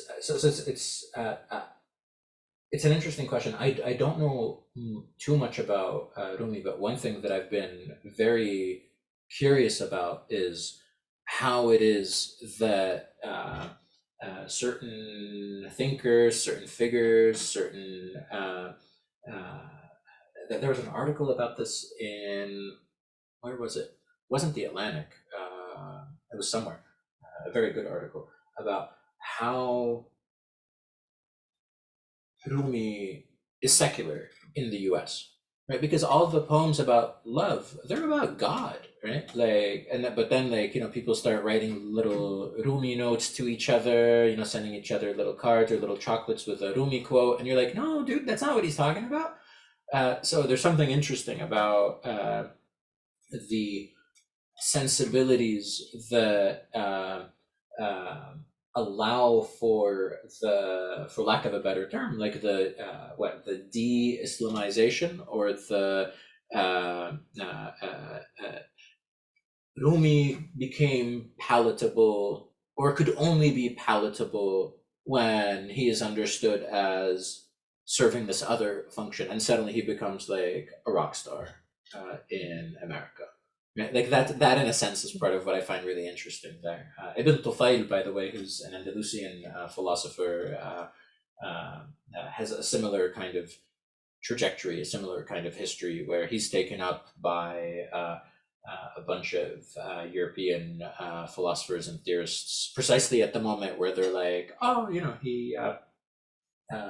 he's giving us a story about the state of nature and how a young boy is raised by a doe, and it's like, well, it's actually like it's about God, right? And they're like, oh, what? Now I don't like it as much. So there's something actually quite interesting about those structures. Thank you very much. Thank you, Anissa. Okay, thank you so much, Dr. Idris. We can't begin to thank you enough for this very, very stimulating presentation, and even the discussion afterwards. The fact that we went over time says a lot about about you know, the interactions that we've had today. And thank you for being kind enough to allow us to go over time and for engaging with us. You can read in the comments, there are a lot of praise coming your way, so you can read that in the meanwhile. And then Vishna can tell us who our next speaker will be. Sure, yeah. Thank you all so much for such a thought-provoking discussion. And so for next week, we have Dr. Adam Getachew from the University of Chicago, whose talk is entitled Africa for the African, A History of Self-Determination Before Decolonization. So their talk will be on next Friday, May 6th at 9 a.m. Eastern time, and check your emails for the Zoom link. Thank you all again, and thank you, Murad, Idris, for joining us today.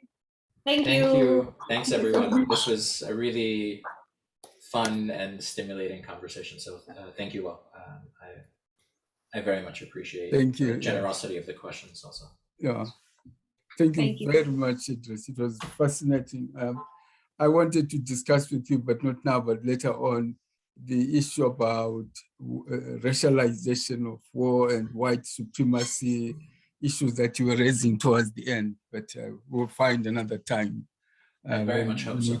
Yeah, good. Yeah. Thank you very much. Thanks. Thank you. Thank you. Take care, Bye-bye. everyone. Bye-bye. And thank you, Professor Makoni, for bringing him. That was so Yes, wonderful. that was really good. That was really good. Thank you. Thank you. Thanks for Thank you. attending. Thank you. Thank you. Thank you. Okay. Chanel, can you tell the other people to remain behind? Okay. The problem is if you check your email, a lot of them can't make it. Prof. Can make it. Okay. So who can make it? Who is available? You and Other me. than you. You, me, Anita. Okay. So when do they think they can make it? Okay. Prof, can you perhaps stop the recording? Oh, okay. How do you stop the recording? At the bottom where it says record, Oh, okay. Hold on. Let me see. something that says stop. Or can you make me co-host and then I can do it? Okay. Let me see. There's somewhere where it says stop video. No, that's not what you want. Chat. Pause. Where it says pause. No. Can you make me co-host and then I can do that? Okay. How do I make you co-host? Go to participants. Yeah. Okay. And go to more. Next to my name, there must be a more button. Okay. Let me see. And then make Chanel. co-host. Okay. More. And make co-host. Okay. Oh yes. Okay. Yeah. Do you want to make the change to also? Yes. Okay. Yeah. Thank you. Okay.